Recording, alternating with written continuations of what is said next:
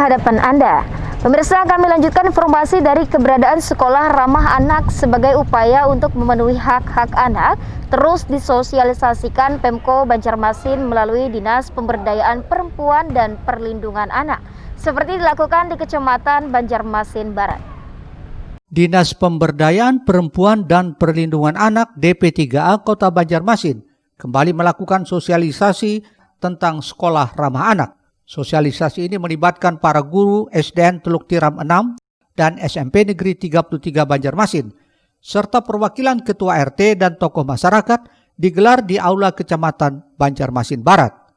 Kepala Dinas Pemberdayaan Perempuan dan Perlindungan Anak Kota Banjarmasin, Iwan Fitriadi menyebutkan, dengan Undang-Undang Nomor 23 Tahun 2002 tentang perlindungan anak diharapkan dapat membuat kondisi dan perlindungan anak menjadi lebih baik.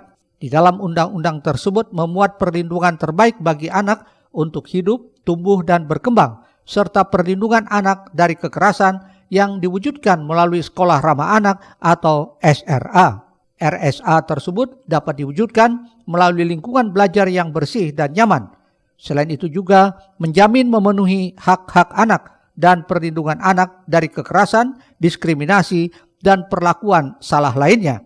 Kegiatan sosialisasi sekolah ramah anak itu adalah keinginan kita untuk menjadikan Banjarmasin ini sebagai kota layak anak. Salah satunya syaratnya adalah sekolahnya harus sekolah yang ramah anak. Nah, bahwa tujuannya banyak, sekolah ramah anak itu kan banyak sekali, terutama terkait dengan misalnya apa yang disampaikan tadi, diskriminasi agar di sekolah yang sudah ramah anak itu tidak ada lagi diskriminasi. Kepala Dinas Pendidikan Totok Agus Daryanto menyatakan melalui sekolah ramah anak ini dapat mewujudkan sekolah yang menghadirkan kenyamanan, baik untuk belajar maupun proses interaksi. Gini ya, jadi dengan adanya sekolah ramah anak ini tentu sebenarnya adalah mendukung ya visi misi wali kota, yaitu Banjarmasin Baiman, Banjarmasin Bersih Nyaman. Karena di dalam sekolah ramah anak itu kita menciptakan sekolah-sekolah yang menghadirkan kenyamanan anak-anak dalam belajar, nyaman di dalam berinteraksi dan nyaman dalam mengaktualisasikan diri. Totok berharap peran orang tua dalam keluarga, guru di sekolah, teman bermain dan segenap masyarakat sangat penting dalam mewujudkan pendidikan ramah anak di kota ini. Muhail, Banjar TV. Pemirsa, areal Taman Budaya di kawasan Jalan Brigjen Hasan Basri Banjarmasin kini diperindah dengan keberadaan lukisan mural yang menggambarkan keanekaragaman kesenian daerah serta beragam karya instalasi seni rupa. Situasi pandemi COVID-19 yang melanda saat ini dimanfaatkan oleh pengelola Taman Budaya Kalimantan Selatan untuk melakukan pembenahan agar menambah nilai estetika dan keindahan bagi pengunjung atau seniman yang melakukan kegiatan di sekitar area Taman Budaya. Pembenahan tersebut diantaranya dengan melukis bagian dinding bangunan yang dilakukan bekerjasama dengan komunitas mural yang melukis keanekaragaman kesenian daerah dengan total jumlah lukisan mural sebanyak 10 buah, meliputi seni tari, teater, musik, sastra, hingga lukisan wajah perupa kalsel almarhum Gusti Solihin. Selain itu juga ada sejumlah karya seni instalasi yang dibuat oleh para seniman yang tergabung dalam Sanggar Seni Rupa Solihin. Salah satunya yakni memanfaatkan bangunan gazebo yang berada di depan gedung Balai Rung Sari yang disulap menjadi miniatur perahu menggunakan bambu yang disusun sedemikian rupa. Sejumlah mural dan instalasi seni rupa ini merupakan bagian dari lanjutan program Pesona Ragam Budaya Banjar tahun 2020. Hasil bantuan dari dana alokasi khusus Kementerian Pendidikan dan Kebudayaan Republik Indonesia. Dengan adanya keberadaan mural ini diharapkan juga bisa menambah khasanah wawasan pengunjung agar bisa lebih mengenal dan menghargai dengan kesenian daerah yang ada di Kalimantan Selatan. Jadi di dalam program tersebut memang kita sengaja memberikan atau memprogramkan seni rupa. Nah, salah satunya mural. Nah, di dalam mural ini tema dari atau materi dari mural ini adalah beberapa bentuk kesenian tradisional Kalimantan Selatan. Dalam hal ini tujuannya pertama untuk menambah wawasan tentang seni kepada pengunjung di Taman Budaya, baik yang secara virtual maupun yang datang ke lingkungan Taman Budaya. Nah, dengan hal tersebut supaya pelajar-pelajar juga lebih memahami, karena belajar tidak harus dengan membaca tapi dengan berwisata seni ada di lingkungan Taman Budaya.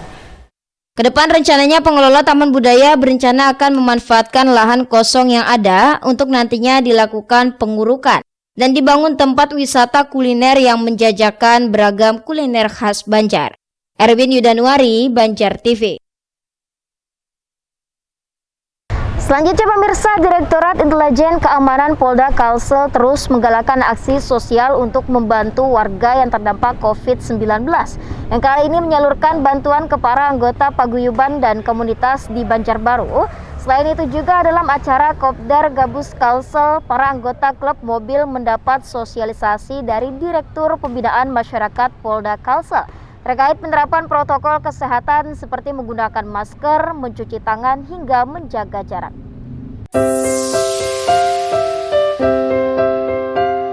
Inilah paket bantuan dari Kepolisian Daerah Kalimantan Selatan yang dibawa jajaran Direktorat Intelijen dan Keamanan dari Banjarmasin.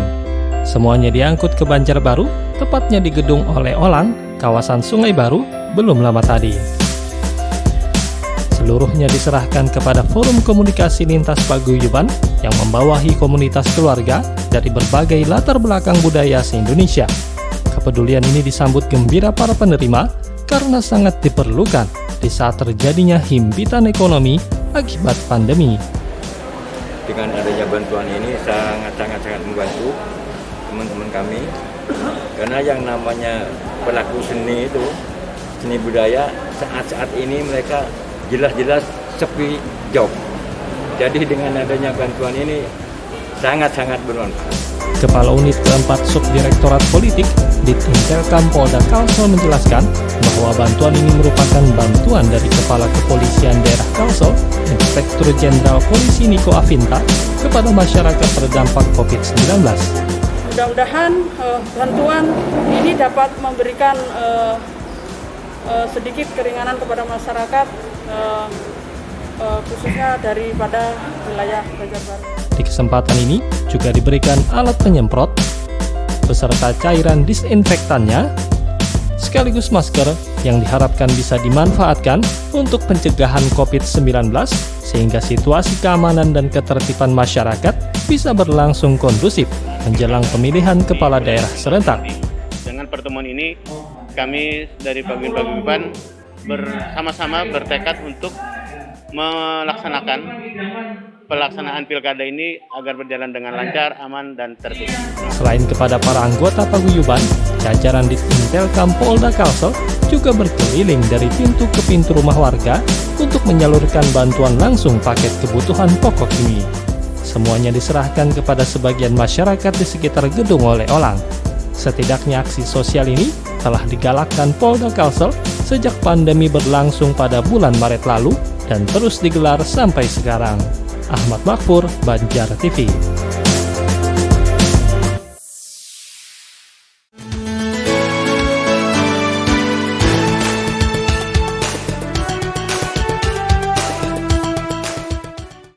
Ratusan anggota klub otomotif yang tergabung dalam Gabungan Otomotif Banua Sehati atau Gabus Kalsel mendapat sosialisasi penerapan protokol kesehatan dari Direktur Pembinaan Masyarakat Binmas Polda Kalsel. Ini dilakukan saat kopi darat di halaman kantor Angkasa Pura I Samsudinur International Airport di Banjarbaru. Dalam sosialisasi tersebut, para anggota klub otomotif ini dihimbau untuk selalu menerapkan 3M, yakni selalu memakai masker, rajin mencuci tangan, hingga mengatur jarak agar penyebaran mata rantai penularan COVID-19 di daerah ini bisa ditekan dan tidak bertambah. Kami dari pihak kepolisian ingin bergabung dengan komunitas, terutama di dalam memutus mata rantai COVID-19 ini. Karena saat ini penyebaran virus corona masih berada di sekitar kita. Untuk itu ada kami ingin komunitas sendirilah yang mensosialisasikan kepada anggotanya melalui 3 cara atau 3M, yaitu 1 menggunakan masker, kemudian mencuci tangan, dan menjaga jarak. 3M inilah yang perlu disosialisasikan kepada anggota komunitas masing-masing. Dengan sosialisasi ini diharapkan penerapan protokol kesehatan bisa selalu diterapkan sehingga pandemi COVID-19 segera berlalu. Erwin Yudanwari, Sidi melaporkan untuk Banjar TV. Informasi lainnya, Dinas Pendidikan dan Kebudayaan Provinsi Kalimantan Selatan menggelar dialog budaya tentang pakaian adat pengantin Banjar Babajukan Galung Pacinan. Inilah informasinya untuk Anda. Inilah pakaian adat pengantin Banjar Babajukun Galung Pacinan. Pakaian ini diperlihatkan saat dialog budaya gelaran Dinas Pendidikan dan Kebudayaan Provinsi Kalimantan Selatan di Hotel Grand Mentari, Banjarmasin, Kamis 24 September 2020. Narasumber dialog dari Ketua Dewan Pengurus Daerah Himpunan Ahli Rias Pengantin Indonesia, Harfi Kalsel, Hajah Dharma Tarsiah menjelaskan, kata kun dari nama busana ini diambil dari bahasa Banjar nyarok yang dipakai mempelai perempuan, sehingga disebut babajukun. Rok dinamakan kun, sedangkan di atas gaya tusuk. Panjang dari baju ini di atas bulu. Nah, ini dinamakan baju babajukun. Sedangkan kata pacinan berasal dari budaya Tionghoa yang kemudian bercampur dengan budaya Timur Tengah dan menghasilkan paduan pakaian adat Banjar Babajukun Galung Pacinan. Setidaknya lewat dialog ini, pihak panitia berharap bisa melestarikan budaya daerah yang telah dipertahankan turun-temurun. Diharapkan dari kegiatan ini, pakaian-pakaian pengantin adat Banjar khas Kalimantan Selatan yang sekarang ini sudah banyak dimodifikasi dapat kembali pada pakemnya, sehingga nilai budaya yang terkandung di dalamnya dapat kita lestarikan. Turut hadir sebagai narasumber adalah Kepala Dinas Pendidikan dan Kebudayaan Provinsi Kalsel, Muhammad Yusuf Effendi. Ia turut mengapresiasi acara ini yang diharapkan bisa menunjang terwujudnya visi dan misi pemerintahan Provinsi Kalsel menuju masyarakat yang maju dan terdepan. Kami memberikan apresiasi atas digelarnya kegiatan ini karena ini tentu ada koordinasinya dengan visi misi pemerintah provinsi dan sejalannya dengan visi misi Dinas Pendidikan dan Kebudayaan Provinsi Kalimantan Selatan. Sebagaimana kita ketahui bersama bahwa visi pemerintah Provinsi Kalimantan Selatan adalah Kalsel Mapan. Kalimantan Selatan mandiri dan terdepan, lebih sejahtera, berkeadilan, berkelanjutan, berdikari, dan berdaya sama. Di dialog ini, para peserta juga diajarkan langkah demi langkah untuk menata rias kedua mempelai, bersama narasumber dari penata rias terkenal, Dian Wedding. Para peserta diajarkan untuk memilih warna yang natural dan khas dengan kulit masyarakat Banjar agar tidak terkesan berlebihan. Selain itu, ia juga menekankan pentingnya protokol kesehatan, terutama di masa pandemi, untuk menjaga keyakinan masyarakat terhadap tata rias yang aman dan bersih dari COVID-19. Karena kita tahu penyebaran COVID-19 adalah dari droplet, yang itu berupa dari hembusan udara dan juga dari percikan air liur. Selanjutnya kita juga diwajibkan memakai face shield, karena jarak kita waktu make up itu sangat dekat dengan pengantin. Hadir sebagai peserta adalah perwakilan Dinas Kebudayaan dari berbagai kabupaten kota, termasuk para penata rias yang diajak berperan serta dalam mempertahankan kearifan lokal. Ahmad Makfur, Banjar TV. Ya pemirsa, tuntas sudah perjumpaan kita di Lintas Banua Sepekan edisi Minggu 27 September 2020. Saya Amiratun Nahar dan seluruh tim redaksi undur diri dari hadapan Anda. Pemirsa, jangan lupa untuk selalu menerapkan protokol kesehatan dimanapun Anda berada. Tetap sehat dan tetap semangat. Selamat menikmati akhir pekan Anda. Wassalamualaikum warahmatullahi wabarakatuh dan sampai jumpa.